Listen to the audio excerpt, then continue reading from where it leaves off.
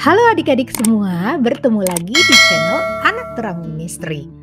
Sekarang kita mau sama-sama merenungkan satu tema firman Tuhan, yaitu tentang menjadi garam dan terang.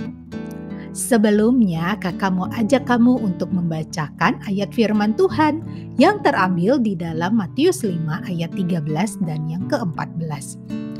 Kamu adalah garam dunia. Jika garam itu menjadi tawar, dengan apakah ia diasinkan? Tidak ada lagi gunanya selain dibuang dan diinjak orang. Kamu adalah terang dunia, kota yang terletak di atas gunung, tidak mungkin tersembunyi. Demikianlah firman Tuhan, berbahagia kita yang membaca, merenungkan, dan melakukannya.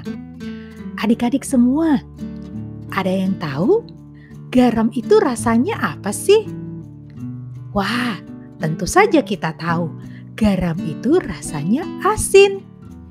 Kira-kira garam gunanya buat apa ya?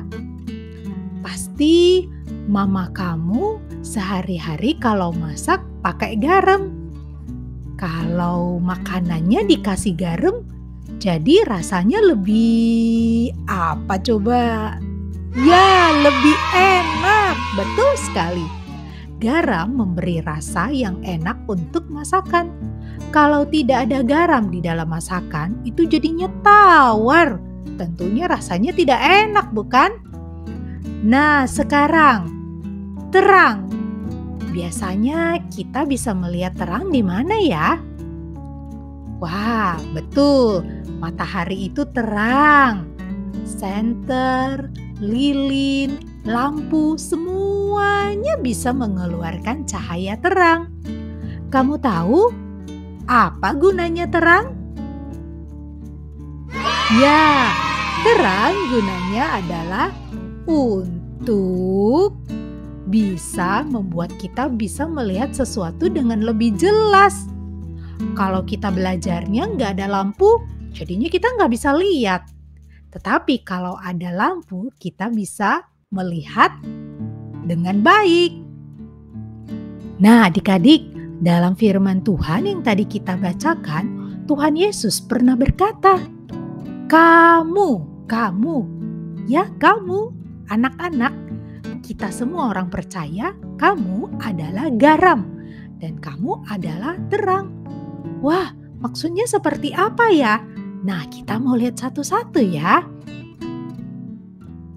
Nah, Tuhan ketika mengatakan kamu adalah garam dan kamu adalah terang, itu dikatakan oleh Tuhan Yesus ketika dia mengajar di atas bukit. Jadi bagian ini juga sering dikenal sebagai khotbah di bukit. Saat itu banyak orang mendengar ajaran Tuhan Yesus. Ada murid-murid Tuhan Yesus dan juga orang-orang yang sangat banyak mendengarkan ajaran Tuhan Yesus. Mereka mendengarkan ajaran Tuhan Yesus dengan baik. Tuh lihat, mereka duduk diam. Mereka mau mendengarkan apa yang disampaikan oleh Tuhan Yesus. Kalau kamu dengar cerita, duduknya yang baik juga ya, supaya kamu mengerti apa yang disampaikan. Nah, di khotbah bukit tersebut, Tuhan Yesus menyampaikan firman Tuhan ini. Dikatakan, kamu adalah terang dunia.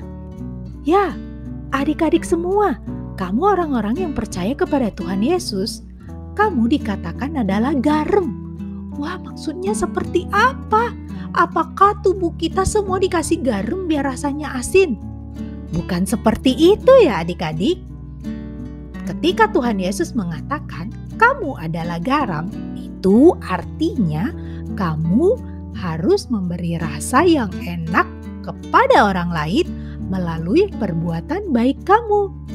Kira-kira perbuatan baik apa yang bisa membuat orang lain merasa senang atau merasa sukacita?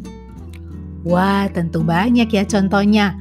Kalau kamu jadi anak yang rajin, kalau kamu suka membantu papa mama, suka menolong teman, itu adalah perbuatan baik yang memberi rasa yang enak untuk orang lain.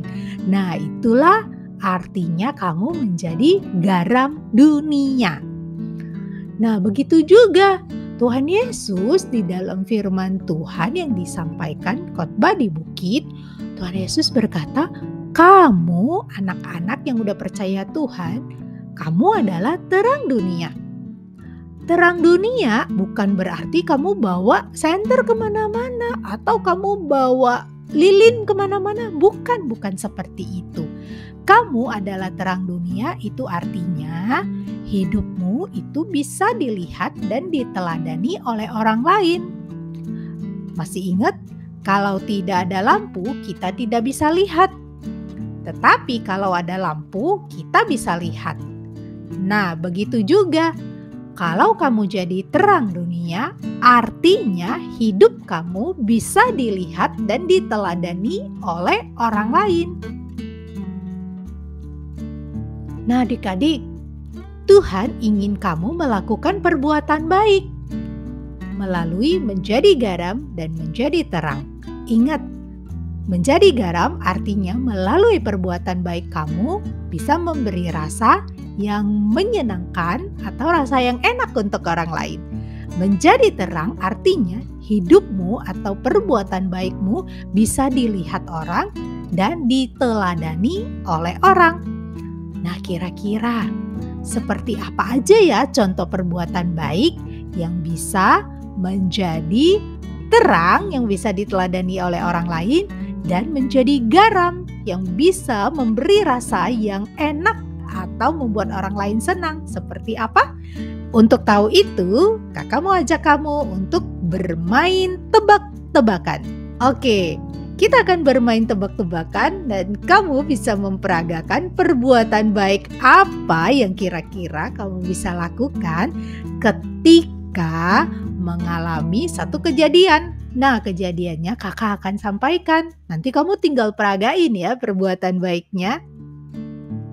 Oke, yang pertama, perbuatan baik apa yang dapat aku lakukan ketika aku melihat mama sedang sibuk memasak? Ayo, kira-kira apa yang bisa kamu lakukan? Kamu bisa memperagakannya ya. Ya, pasti kamu sudah tahu jawabannya ya. Kamu bisa membantu mamamu yang memasak juga. Nah, berikutnya, perbuatan baik apa yang dapat aku lakukan ketika aku melihat papa sedang capek setelah pulang kerja?